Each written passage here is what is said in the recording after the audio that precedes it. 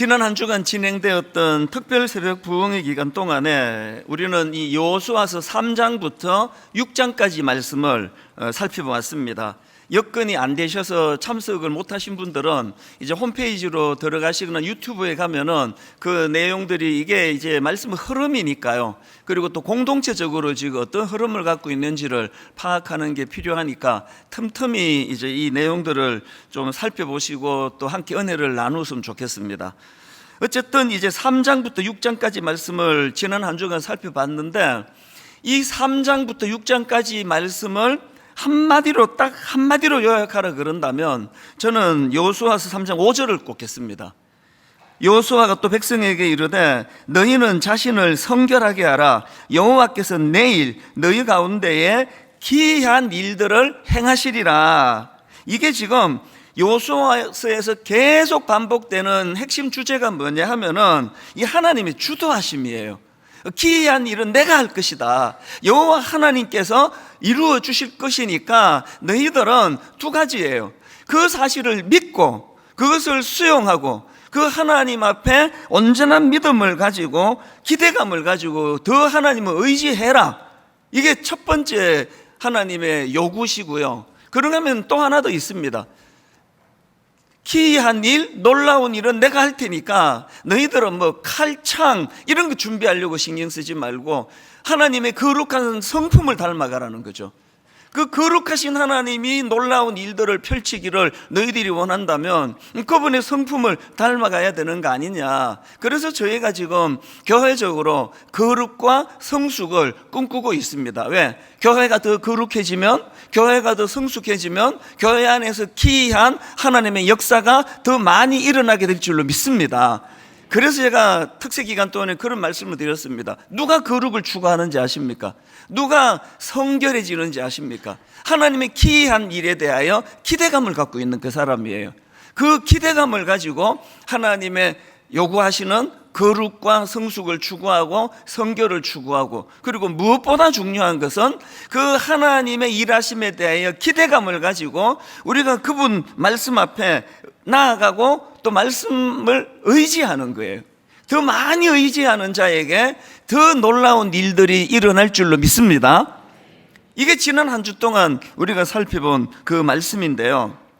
이제 오늘은 이제 여호수아 7장으로 이제 넘어가게 되는데, 사실 이 7장 말씀도 굉장히 중요한 포인트를 담고 있습니다.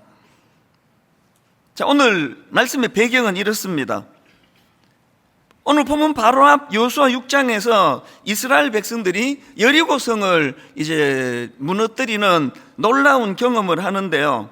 이 여리고성은 높이가 한 7, 8m 정도 되는 막 엄청나게 높은 성이고, 그리고 또 성벽이 이중적이에요. 그래서 내벽이 있고 외벽이 있고, 그리고는 그 16장 1절에 보니까 그 문이 굳게 닫혔다 그랬습니다.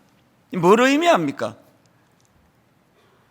이스라엘 백성들의 실력으로는 그 성을 무너뜨릴 수가 없는 겁니다. 이스라엘 백성들이 갖고 있는 그 장비나 지식이나 그들의 기술이나 그들의 실력으로는 이건 난공불락 그 이름 그 자체예요. 절대로 어떻게 할 수가 없는 상황입니다. 그런데 하나님께서 기적적인 기이한 일을 베풀어 주셔가지고 그들이 여리고성을 무너뜨리는 것을 경험하게 되는 거죠. 그랬더니요, 막 사기가 이게 우리가 이제 그 축구하다가 갑자기 독일을 이기고 나면은 막 모두가 그 사기가 충만하잖아요. 막 못할 일이 없다. 우리는 그 4강 신화 이런 이야기 그 2002년도 있었던데 그 월드컵 이야기 지금도 하는 거거든요. 이 이스라엘 백성들의 사기가 막 엄청나게 지금 충만해 있는 상태입니다. 그리고요, 그 여리고성을 무너뜨린 사건을 기록하고 있는 여호수아 6장이 말씀을 어떻게 마무리 짓는지 아십니까? 맨 마지막에 여호수아 6장 마지막에 27절이 이렇게 말씀을 마무리 짓습니다. 여호와께서 여호수아와 함께 하시니, 그 다음 보세요. 여호수아의 소문이 그 땅에 퍼지니라. 이 엄청난 일이에요. 이제 이 백성들의 사기는 말할 것도 없습니다. 그런데 여러분, 사실은요, 이 말씀의 액센트가 그 뒤에 가서는 안 되고요, 이 액센트가 앞에 가야 되는 거거든요. 자, 앞에 액센트를 두고 다시 한번 읽어드릴게요. 여호와께서 여호수아와 함께 하시니, 하나님의 임재가 있었고 하나님의 기이한 일들이 여호수아를 통해서 일어났기 때문에 그런 결과가 나온 거거든요. 근데 오늘 이 여호수아서 7장 살펴볼 이 말씀의 참 비극이 뭐냐 하면은 그 믿음의 지도자 여호수아조차도 이 액센트가 뒤에가 있는 거예요. 인간인 자기들이 한 거. 그래서 액센트가 뒤에가 있다 보니까 여호와께서 여호수아와 함께 하시는 아주 굉장히 이거 흐지부지, 그리고 강조하는 건 여호수아에 대한 소문이 온 땅에 퍼지는 거. 이게 우리도 가질 수 있는 위험이거든요. 분당 우리 교회를 21년 동안 누가 인도해 주셨나? 어떤 기이한 역사를 일으켜 주셨나? 이게 액센트가 가야 되는데 이건 별로 없고, 오늘날 분당 우리 교회가 이렇게 교회가 커졌다, 강대해졌다, 분당 우리 교회 좋은 소문 많이 났다, 그 소문은 말로도 할 수 없다, 여기에만 액센트가 가면은 우리 교회는 머지않아서 이 7장에서 이스라엘 백성들이 겪는 너무나 비극적인 아픔을 겪게 될 것입니다. 그래서 우리는요, 겪고 정신 차리면 늦잖아요. 그 두들겨 맞기 전에. 그래서 옛날에 우리 맨날 그 엄마들도 맞고 말 들을래, 그냥 말 들을래, 그러면 우리는 꼭 맞고 말을 듣는 쪽을 택하잖아요. 결국은 한 방 맞고는 울면서 잘못했다고 그러는 게 이게 인간인데요. 오늘 여기에서 우리가 굉장히 중요한 메시지가 이겁니다. 안 맞고 말 듣는 길이에요. 자, 조금 더 이제 이 내용을 살펴보려고 하는데요. 여호수아 6장에서 이제 그 난공불락 가나안이 아니고 여리고성을 무너뜨리고 난 그들이 그 사기를 모아가지고 이제 7장에서 아이성을 공격합니다. 이 아이성은요, 그 여리고성에 비하면 아이성이에요. 조그마한 성입니다. 그러니까 이제 이 방심하는 거죠. 자, 7장 2절을 보십시오. 여호수아가 여리고에서 사람을 베델 동쪽 벳아웬 곁에 있는 아이로 보내며 그들에게 말하여 이르되 올라가서 그 땅을 정탐하라 하며 그 사람들이 올라가서 아이를 정탐하고, 그리고는 이제 이렇게 보고합니다. 3절. 여호수아에게로 돌아와 그에게 이르되 백성을 다 올라가게 하지 말고 2-3천 명만 올라가서 아이를 치게 하소서. 그들은 소수니 모든 백성을 그리로 보내어 수고롭게 하지 마소서. 여기 지금 벌써 이게 지금 방심하는 게 좀 느껴지잖아요. 여리고성을 앞에 놓고는 막 지도자부터 시작해가지고 아침에 일찍 일어나고 막 하나님께 매달리고 막 은혜를 구하고 그런 열정을 다 했는데, 지금 여기 와가지고는요 벌써 이제 교만이 들어온 거예요. 아이고 뭐 그거 간단하지 뭐, 한 2-3천 명만 보내면 이길 수 있어. 그렇게 보고를 했는데 불행한 게 뭔지 아십니까? 여호수아의 방심이에요. 여호수아는 하나님께 의뢰하지도 않고 묻지도 않고 여쭙지도 않고 여호수아가 자기 마음대로 진격을 선언합니다. 그 얘기 듣고 방심했죠.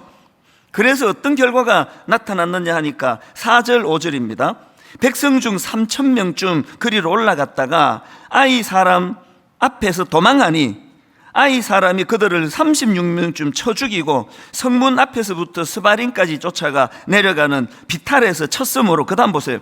백성의 마음이 녹아 물같이 된지라. 저는 이 표현이요 너무 강렬해요. 어느 정도 슬퍼야 이런 표현을 쓸 수 있을까요? 그냥 눈물 한두 방울, 드라마 보다가 눈물 한두 방울 흘리는 걸 보고 이렇게 표현 안 하잖아요. 마음이 녹아 물같이 됐대요. 여러분 이런 거 겪어보신 적이 있으세요? 아마 다 한두 번 있으실 거예요. 저도 이 말씀을 묵상하면서 계속 제 마음에 이 마음이 녹아 물같이 된지라. 저의 20대 초반에 마음이 녹아 물같이 되었던 그 순간들이 떠오르더라고요. 30대가 되고 목회를 한 이후에도 몇 번 그런 일이 있었거든요. 마음이 녹아 물같이 된지라. 참 슬픈 일이에요. 그래서 제가 아까 말씀드렸잖아요. 우리 엄마가 또 우리 여러분의 또 엄마가 너 지금 맞고 말 들을래, 그냥 말 들을래? 하나님이 이렇게 말씀하시는 것 같아요. 너 마음이 녹아 물같이 된 뒤에 말 들을래? 마음이 녹아 물같이 되기 전에 말 들을래? 우린 여전히 맞고 말 듣는 사람들이에요. 설마 때리겠나 그러면서 버티다가 한 대 맞고 그렇게 하고 이제 울면서 정신 차리는 이걸로부터 우리가 벗어나야 된다. 이게 오늘 본문에 제가 다루고 싶은 핵심입니다. 그 어쩌다가 이 이스라엘 백성들이 이렇게 비참한 자리에 그 조그마한 아이성에게도 패배해가지고 그렇게 동족이 죽고 마음이 녹아서 물같이 되는 그런 실패의 아픔을 그들이 겪을 수밖에 없었는가? 저는요 이 질문에 대하여 답하기 위해서 묵상하다가 성경 한 구절이 떠올랐습니다. 이게 답이구나. 자, 신명기 8장 12절 한번 보십시오. 내가 먹어서 배부르고 아름다운 집을 짓고 거주하게 되며, 이제 좀 잘 풀렸다는 뜻이죠. 또 너의 소와 양이 번성하며 너의 은금이 정식되며 너의 소유가 다 풍부하게 될 때에, 그때 14절, 너의 마음이 교만하여 너의 하나님 여호와를 잊어버릴까 염려하노라. 이게 마음이 녹아 물같이 된 이유라는 거죠. 여러분 지금 막 뭔가 잘 풀리는 분 계시잖아요. 막 승승장구. 뭐 목회자로서는 저도 인간적으로는 거기에 해당되는 사람인 것 같아요. 많은 사람이 뭐 부러워하고, 또 특세도 보니까 막 이번에 막 한 번 제가 총동원령을 내렸더니 딱 출석이 작년에 2배예요. 너무 신났습니다.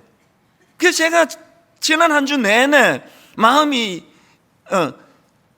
녹아 물같이 되었더라. 이걸 제가 몇 번이나 되뇌었어요. 왜? 지금이 너무 좋은 때인데 방심하면 이게 저에게 이게 굉장히 위험한 때거든요. 여러분 지금 일이 잘 풀리고 자꾸 사람들에게 칭찬을 듣고 하는 일마다 그냥 뭐 와 역시 뭐 나 아니면 누가 이렇게 하겠어, 이렇게 농담으로라도 이런 말이 자꾸 나오시는 분은 오늘 말씀을 굉장히 주의해서 들으셔야 됩니다. 왜 그렇습니까? 그렇게 일이 잘 풀릴 때에 너의 마음이 교만하여 너의 하나님 여호와를 잊어버릴까 염려하노라. 왜 염려하십니까? 이게 마음이 녹아 물같이 될 위험이 있기 때문이에요. 그래서 제가 지난주 내내 마음이 녹아 물같이 된지라, 마음이 녹아 물같이 된지라, 이걸 제가 여러 번 제가 되뇌이곤 했었는데요. 사실 그 교만에 대한 경고와 관련해서 제가 저에게 이제 경고하는 그런 그 되뇌이는 말들이 좀 있는데요. 그 중에 하나가 우시야 왕이 죽던 해예요. 이게 벌써 제가 우시 말이 좀 많이 했던 딱 나오잖아요. 이게 길이나 있잖아요. 제가 등산을 가다가 또 길을 걷다가 차를 운전하다가 저에게 독백을 해요. 우시야 왕이 죽던 해. 그리고는 꼭 말을 붙입니다. 사조 이찬수, 너 정신 차려라. 우시야 왕이 죽던 해. 너 까불다 큰일 난다. 운전하고 가면은 뭐 저한테 뭐 뭔 소리라도 뭐 상관없잖아요. 우시야 왕이 죽던 해. 너도 정신 안 차리면 이렇게 돼? 제가 왜 우시야 왕이 죽던 해라는 이 표현을 제가 교만해지지 않도록 저에게 경고하는 메시지로 썼는가 하면은요, 이 우시야 왕이 누군가 하면, 한마디로 말해서 우시야 왕은 처음에 잘 나가다가 마지막에 교만해져서 망한 사람이에요. 우시야 왕. 그 표현이 우시야 왕이 죽던 해입니다. 초기에는요 하나님도 그를 인정할 정도로 반듯한 사람이었습니다. 자, 역대하 26장 4절이요. 우시야가 그의 아버지 아마샤의 모든 행위대로 여호와 보시기에 정직하게 행하며. 아니 뭐 이러면 끝난 거 아닙니까? 하나님이 얘는 참 정직해. 이 우시야가 그런 평가를 받던 사람이에요. 또 정치도 잘했습니다. 역대하 26장 8절을 보십시오. 암몬 사람들이 우시야에게 조공을 바치매 우시야가 매우 강성하여 이름이 애굽 변방까지 퍼졌더라. 세 번역으로 보니까 그의 이름이 저 멀리 이집트 땅에까지 퍼졌대요. 이 대단한 사람 아닙니까? 하나님은 정직하다고 칭찬하시고 백성들은 막 우리 우시야 왕 막 엄청 그렇게 떠받들던 왕이 이게 우시야예요. 이게 뭐 한번 사람으로 태어나가지고 이렇게 그냥 승승장구하고 모든 사람들에게 인정받고 이러면 이게 뭐 얼마나 이게 대단한 성공한 겁니까? 모두가 꿈꾸는 거 아닙니까? 그런데 여러분, 이렇게 성공해 보신 분은 다 아실 거예요. 이렇게 인생의 전성기가 오고 모두가 칭찬하고 그렇게 떠받들고 하면 초대도 안 했는데 쓱 내 마음에 들어와 자리를 둥지로 트는 놈이 하나 있어요. 그게 교만이란 놈이에요. 그래서 쓱 내 자리에 들어와요. 뭐 언제 내가 이거 초대한 적도 없는데 그 교만한 거죠. 21년 전에 분당 우리 교회를 개척하고 저는 그때 어른 사역을 안 하고 있기 때문에 굉장히 어려운 시간을 보냈거든요. 제 마음으로. 그래서 너무 긴장하고 두려워하고 그랬는데 한 1년이 지나면서부터 우리는 학교 빌려가지고 쓰고 건물도 없고 주중에는 모일 때도 없는데 신기한 일이 벌어졌어요. 그때 이제 지금도 그렇잖아요. 여기 분당 우리 교회라는 입간판도 없고 아무것도, 주중에는 교회가 흔적도 없어지는데 너무나 신기하게도 한 1년 지나면서 사람들이 막 들이퍼부어지는 거예요. 이게 무슨 일인지 정말 어리둥절했습니다.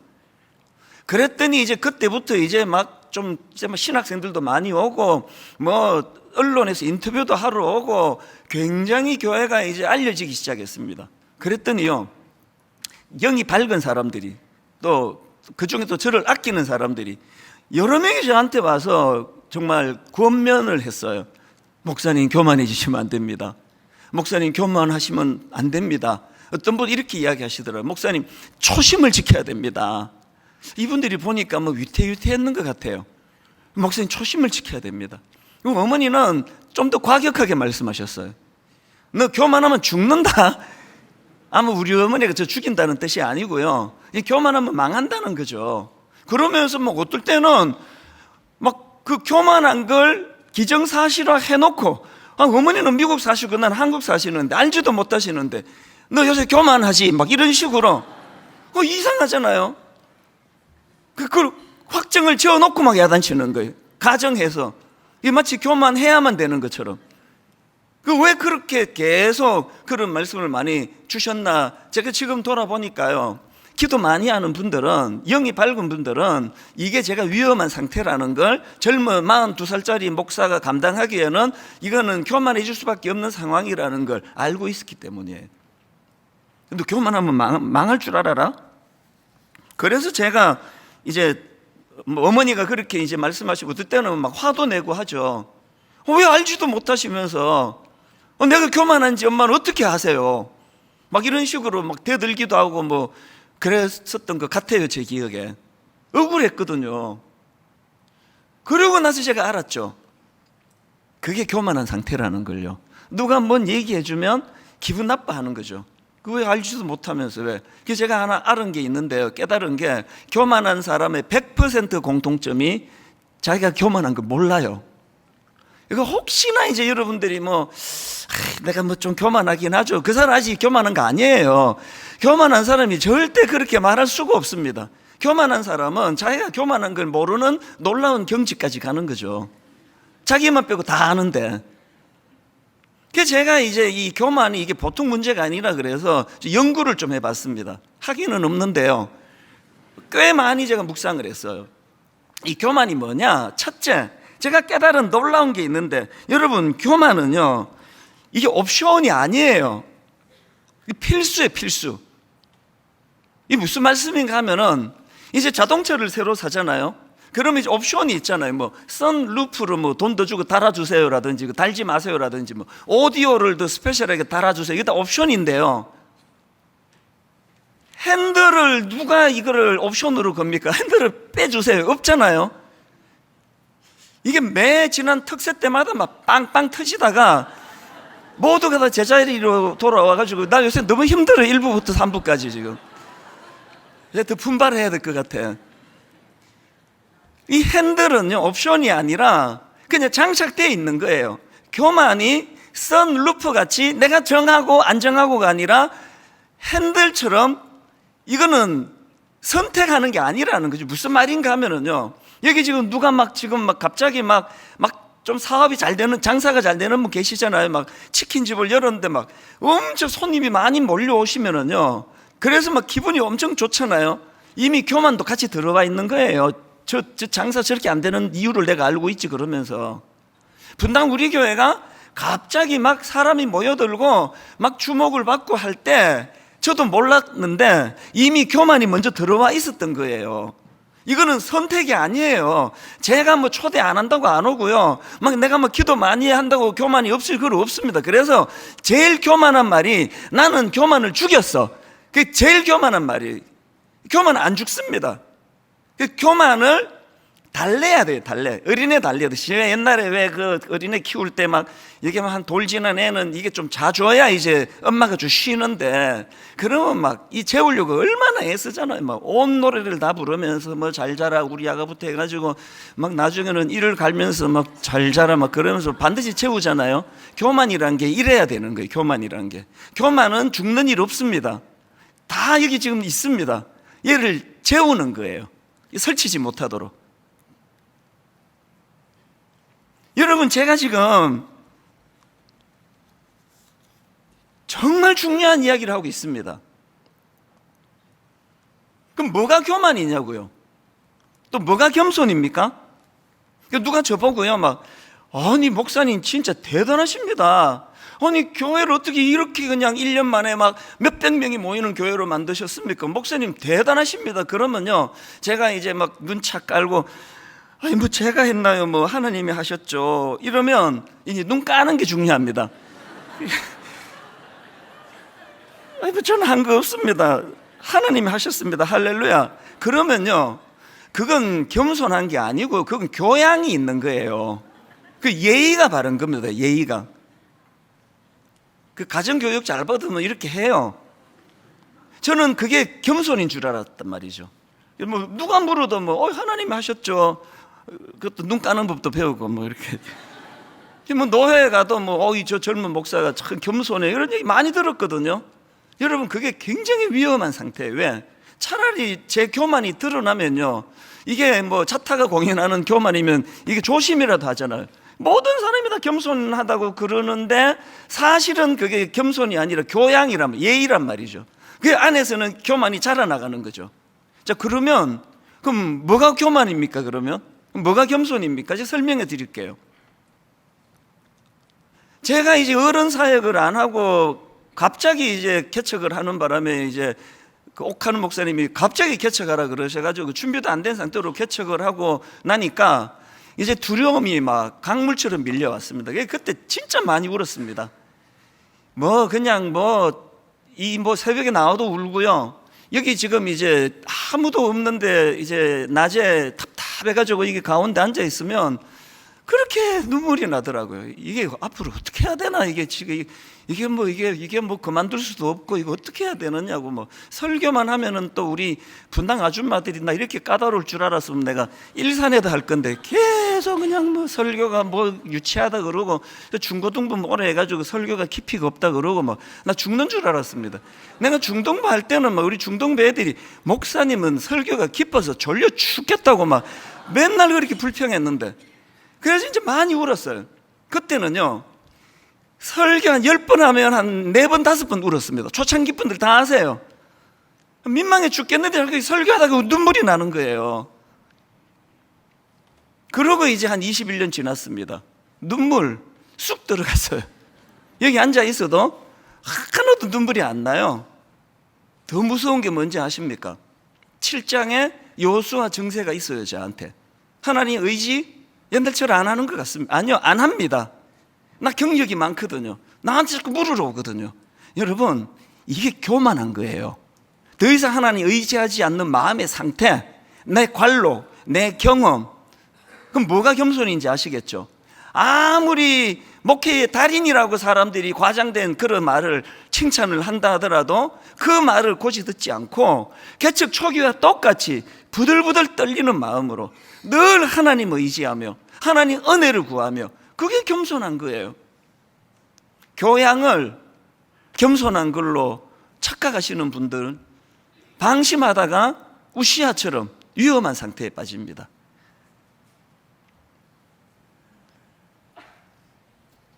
이런 면에서 우리가 이제 이 교만의 문제를 돌아보니까요, 한 가지만 더 살펴볼까요? 교만과 관련해서. 교만은요, 이게 왜 위험한지 아십니까? 교만은 이게 교양의 문제가 아니라 이게 생존의 문제라는 거죠. 자, 우시아 왕의 모습을 한번 보세요. 왜 이 교만이 위험한가를 우시아 왕을 보면 알 수 있습니다. 역대하 26장 5절입니다. 하나님의 묵시를 밝히 아는 스가랴가 사는 날에 하나님을 찾았고, 그 다음 보세요. 그가 하나님을 찾을 동안에는 하나님이 형통하게 하셨더라. 저는 이걸요 이렇게 고쳐서 읽습니다. 이렇게 고쳐 읽어도 전혀 문제가 없습니다. 저는 이걸 이렇게 읽습니다. 하나님의 묵시를 밝히 아는 스가랴가 사는 날에 하나님을 찾았고, 그 다음 이렇게 읽어요. 그가 하나님을 찾을 동안에만 하나님이 형통하게 하셨다. 저는 이걸 그렇게 읽습니다. 교만하니까, 아까 뭐가 교만이라 그랬죠? 나는 이제 실력이 있어, 나 목회 잘해, 하나님 의지 안 해도, 기도 안 해도 이제 목회 막 잘 돼, 나는. 이게 교만이거든요. 그렇게 우시아를 보니까 그가 언제 하나님이 형통하게 하셨다고요? 그가 여호와를 찾을 동안에만 그를 형통하게 하셨다는 거죠. 그래서 나중에 교만해지니까, 다른 말로 하나님을 의지하지 않고 하나님을 찾지 않으니까 나중에 그가 교만해서 그래서 저주를 받아 죽어버리는 거거든요. 제가 왜 우시아 왕이 죽던 해, 우시아 왕이 죽던, 이거 왜 이렇게 자꾸 되낼까요? 이거는요 교양의 문제가 아니라, 있어도 되고 뭐 없어도 상관없는 그런 게 아니라, 겸손은요, 또 교만은요, 이게 생존의 문제예요. 우리가 영적으로 죽고 사는 게 문제입니다. 그렇게 신실한 요수아가, 그래서 6장에서 모든 일을 하나님을 의지하면서 달려갔던 요수아가, 그래서 여리고성도 무너뜨렸던 요수아와 그 백성들인데, 오늘 본문 7장에서 마음이 녹아 물같이 돼버려요. 왜? 그 조그만한 성에게도 졌거든요. 이게 사실은 진짜 자기들의 실력이거든요. 그래서 오늘 여러분, 이 교만이 가져다주는 나쁜 증상 두 가지를 말씀드릴 텐데요. 이제 오늘은 첫 번째에만 제가 무게를 두고 그렇게 이제 진행을 해보려고 합니다. 두 가지 나쁜 증상 중에서 첫 번째 증상이 뭐냐? 이 교만은요, 우리로 하여금 하나님의 다스림을 망각하게 만들어요. 자, 이게 무슨 말인지 설명을 드릴게요. 제가 오늘 본문을 보니까요, 이 여리고성을 무너뜨리는 과정을 담은 여호수아 6장하고 아이성에 비참하게 패배해서 마음이 녹아 물같이 되는 절망에 빠지는 7장하고를 비교해 보니까 차이점이 딱 하나 있더라고요. 차이점이. 그 딱 하나예요. 그럼 무슨 차이가 있느냐 보니까, 이제 여리고성을 무너뜨리는 과정을 담은 6장에 보니까 거기에 하나님의 이름이 계속 등장을 해요. 자, 한번 보세요. 여호수아 6장 1절은요 그 여리고성을 문을 걸어 잠그었더라로 시작해요. 이게 이제 절망으로 시작을 하는데, 그랬더니 바로 그 다음 2절을 보십시오. 여호수아 6장 2절. 여호와께서, 여기도 여호와 이름이 나옵니다. 여호와께서 여호수아에게 이르시되, 보라, 내가 여리고와 그 왕과 용사들을 너의 손에 이미 넘겨주었다. 과거형이에요. 뭘 의미합니까? 니들 실력으로 싸우는 거 아니야, 그 얘기잖아요. 그건 나의 기이한 일을 행하시는 여호와 하나님의 능력으로 하는 일이야. 이것을 이제 선언을 해줘요. 그리고 3절부터 이제 5절까지 해서 이제 하나님이 지침을 주십니다. 뭐 여리고성을 매일 한 번씩 돌아라, 이걸 6해 동안 해라, 제사장들은 나팔을 불면서 가라, 이런 지침을 주세요. 그랬더니요, 이게 5절까지인데요, 여호수아가 바로 그 다음 6절에서 한번 보세요. 6절. 눈의 아들 여호수아가 제사장들을 불러 그들에게 이르되, 너희는 언약궤를 메고 제사장 7번 블라블라블라블라. 이게 뭐죠? 지금 하나님이 말씀하셨어요. 명령을 내리시니까 바로 그것을 시행하는 거죠. 바로 그것을 시행하는 거거든요. 이런 식으로요, 이 여리고성을 공격하는 내내 하나님이 등장하시고 하나님의 이름이 나오시고 하나님이 지침을 주시고 하나님이 그들을 안도시켜 주시고 거기에 반응하고 순종하는 여호수아와 백성들의 모습이 6장 내내 나오는데요, 7장에 가서는 하나님이 등장하지를 않습니다. 눈 씻고 봐도 등장하지 않습니다. 여호수아가 이제 정탐꾼을 보내요. 이제 아이성을 치기 위하여. 그래서 이제 그 간첩 몇 명을 보냈더니 돌아와가지고 굉장히 낙관적인 보고를 합니다. 7장 3절. 여호수아에게로 돌아와 그에게 이르되 백성을 다 올라가게 하지 말고 2-3천 명만 올라가서 아이를 치게 하소서. 그들은 소수이니 모든 백성을 그리로 보내어 수고롭게 하지 마옵소서. 지금 방심하게 막 느껴지지 않으세요? 다 갈 필요가 없다는 거죠. 뭐 그런 수고할 필요가 없다는 거죠. 우리가 누굽니까? 여리고성도 무너뜨린 사람들인데요. 그런 수고할 필요 없다고. 그랬더니요, 여호수아가 또 즉각적으로 하나님께 묻지 않고 즉각적으로 4절에 갑니다. 백성 중 3천 명 중 거리로 올라갔다가 아이 사람 앞에서 도망하니. 지금 여러분 3절과 4절에서 여호수아가 6장에서 보여주었던 하나님을 의리하고 하나님을 의지하고 하나님께 여쭙는 게 다 생략됐어요. 교만한 거죠. 교만하면 망하는 거고. 그래서 아이성에서 마음이 녹아 물같이 된 거죠. 이런 패배가 일어난 거죠. 뭐가 교만이라고, 그래서 앞에서 제가 설명을 해드렸습니다. 교만은요, 하나님을 망각하게 해요. 왜? 내 주먹에 실력이 충만하기 때문에. 제가 이 말씀을 준비하면서 많은 찔림을 제가 마음에서 받았습니다. 지금도 찔려요. 확실히 저는 지금 6장에서의 여호수아의 모습 쪽이 아니고 7장에서의 여호수아 쪽인 것 같아요. 개척 초기에는 100% 6장이었거든요. 발걸음 떼는 게 두려웠으니까요. 설교하는 게 두려웠으니까요. 요즘은요, 특세가 와도 안 두려워요. 이건 21년째 하는데.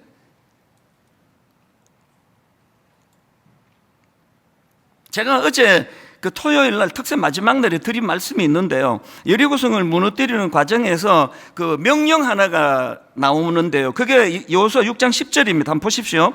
여호수아가 백성에게 명령하여 이르되 너희는 외치지 말며 너희 음성을 들리게 하지 말며 너희 입에서 아무 말도 내지 마라. 침묵을 명했어요. 이게 여러분, 물론 이제 하나님의 나팔 소리를 듣고 하나님의 뜻을 구하고 하나님에 대하여 깊이 묵상하면서 자꾸 그렇게 그냥 떠들어대지 말라는 그런 의미도 되지만요, 그러나 이게 그런 뜻만이 아니에요. 이게 뭐 침묵은 금이다, 이걸 강조하는 메시지가 아니고요. 그 뒤에까지 한번 다시 보세요. 10절을 다시 한번 보십시오. 여호수아가 백성에게 명령하여 이르되 너희는 외치지 말며 너희 음성을 들리게 하지 말며 너희 입에서 아무 말도 내지 마라. 그 다음이 있습니다. 그 다음, 이 끝이 아니고 그 다음에 그리하다가 내가 너희에게 명령하여 외치라 하는 날에 외칠지니라. 이게 그냥 침묵해라, 입 닫아라, 이 얘기만 아니에요. 물론 초기에 침묵해야 되는데 여기에서 강조하는 핵심은 이겁니다. 말을 하든 입을 다물든 하나님의 통제 아래에서 하라는 거죠. 그 사도행전 2장에 보면은 교회가 태동이 될 때 가장 먼저 나오는, 사도행전 2장에 먼저 나오는 게 성령 충만 아닙니까? 자, 사도행전 2장 1절부터 보십시오. 오순절 날이 이미 이름에 그들이 다 같이 한 곳에 모였더니 호련히 하늘로부터 급하고 강한 바람 같은 소리가 있어 그들이 앉은 온 집에 가득하며 마치 불의 혀처럼 갈라지는 것들이 그들에게 보여 각 사람이 하나씩 임하여 있더니 모든 그 기도하던 사람들에게 성령 충만이 임했습니다. 성령이 너무너무 강력하게 임했더니 성령 충만하자마자 가장 먼저 가장 강력하게 나타나는 증상이 하나 있는데요. 성령 충만한 사람들에게 바로 그 다음 4절을 보세요. 이 인과관계를 보십시오. 그들이 다 성령의 충만함을 받고 그 다음에 성령이 말하게 하심을 따라 다른 언어들로 말하기를 시작하니라. 방언 받았다는 거에만 초점을 두시면 어리석은 거예요. 방언의 가장 강력한 핵심은 성령 충만하면 내 입술이 성령님에 의해 통제를 받는다는 거예요. 다스림을 받는다는 거예요.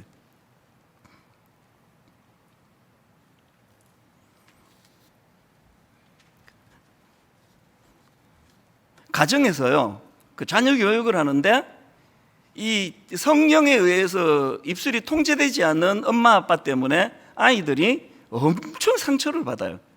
그래서 이제 막 혈기가 나면은 막 이제 부부 싸움하고 막 남편은 회사 출근하고 막 이 아내는 막 열받아가지고 씩씩거리고 있는데 이게 지 아버지를 쏙 빼닮으면 큰애가 눈에 띄어요. 그러면 막 이제 막 들이퍼부어요.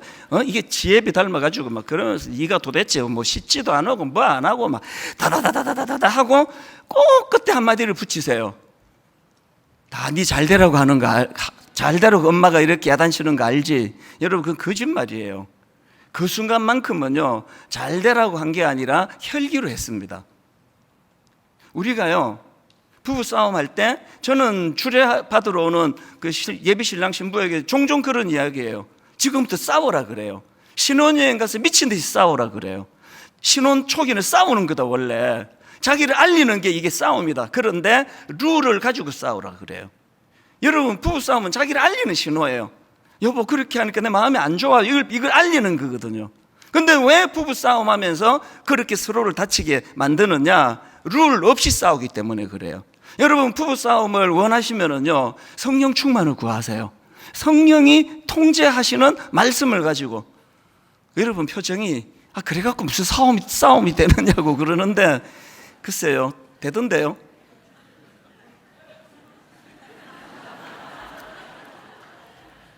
자, 다시 여호수아 10장으로 한번 돌아가 보세요. 여호수아 6장 10절에 보니까 어제 제가 토요일 날 드린 말씀이에요. 여호수아가 백성에게 명령하여 이르되 너희는 지치지 말고 너희 음성을 들리게 하지 말면 너희 입에서 아무 말도 내지 마라. 여러분 저는요 이 말을 악용할 생각이 추호도 없습니다. 교회에서는 입 닫으라고, 비판하지 말라고, 감히 담임 목사한테 비판하는 말 하지 말라고, 하나님 싫어하신다고 그렇게 저는 권하고 싶지 않아요. 왜? 그 옳은 얘기가 아니니까요. 비판해 주세요. 인간이에요. 교회는 인간들의 모임이에요. 비판받아야 될 게 많습니다. 어떤 담임 목사가 비판받을 게 하나도 없다면 그 자체가 이단이에요. 그게 옳습니까? 비판하시라고요. 괜찮습니다. 단 성령님의 통제 아래에서 하시라는 거죠. 이게 성령의 통제 아래에서 비판하면요 직격탄을 날려도 상처가 안 되고요 굉장히 부드럽게 말했는데도 제멋대로 말한 건 상처가 돼요. 성령의 다스림. 이번 여름에 하나님이 계속 저에게 부담을 주세요. 여러 번 말씀드리고 또 드리고 또 드릴 거예요. 분당 우리 교회 좀 심하게 말씀드리면 이래갖고 안 된다는 거죠. 좀 심하게 말씀드리면 분당 우리 교회가 이래갖고 안 된다는 거죠. 영적인 교회가 돼야 된다는 거죠. 영적인 언어를 사용해야 된다는 거죠. 영적인 언어가 뭐 막 방언으로 하는 것만입니까? 영적인 언어는요 성령 충만할 때 하나님에 의해 다스림을 받는, 통제를 받는 입술이 영적인 언어예요. 지금 여호수아가 6장에서 여리고성을 무너뜨릴 때 말하지 마라, 그리고 또 말해라, 그 지시하는 그 모든 것들이 하나님의 뜻이라는 거죠. 두 번째는 제목만 말씀드리고 이제 다음 주일날 연결하겠는데요, 두 번째로 이 교만이 주는 나쁜 증상이 하나 더 있는데 탐욕으로 인한 불순종입니다. 여호수아 7장 1절만 읽고 마칠게요. 이스라엘 자손들이 온전히 바친 물건으로 말미암아 범죄하였으니 이는 유다 지파 세라의 정손 삽디의 손자 갈미의 아들 아간이 온전히 바친 물건을 가졌습니다. 여러분 이 포인트는 제가 다음 주 다시 드릴게요. 이게 단순히 뭐 물건을 갈취했다 이런 뜻만이 아니고요 굉장히 중요한 메시지가 담겨져 있습니다. 정리할게요. 교만은요, 여러분 교만은 우리로 하여금 하나님을 사모하는 마음, 하나님의 인도하심을 받는 마음을 죽여버려요. 그래서 하나님이라는 그분의 인도하심을 잘 받지를 못해요. 교만하면. 그리고 그런 사람은 자꾸 그 안에 있는 탐욕이 올라와요. 탐욕이 제어가 안 되는 거죠. 통제가 안 되는 거죠. 그래서 추한 인간이 되는 겁니다. 제가 종종 말씀드리잖아요. 저는 저의 그 삶의 이후가 추해지지 않기를 원하는데 추해지지 않으려면 탐욕, 탐심을 다스려야 되고 탐심을 다스리려면 성령 충만해야 됩니다. 오늘 이 말씀을 지난 한 주간을 쭉 정리하시면서 그리고 또 이 굉장히 중요한 포인트를 오늘 다루었는데 여러분들이 한 주간에 이 말씀을 묵상하시면서 하나님에 의해서 다스림을 받는, 그래서 겸손한 한 주간의 삶이 되시기를 주님 이름으로 축복합니다.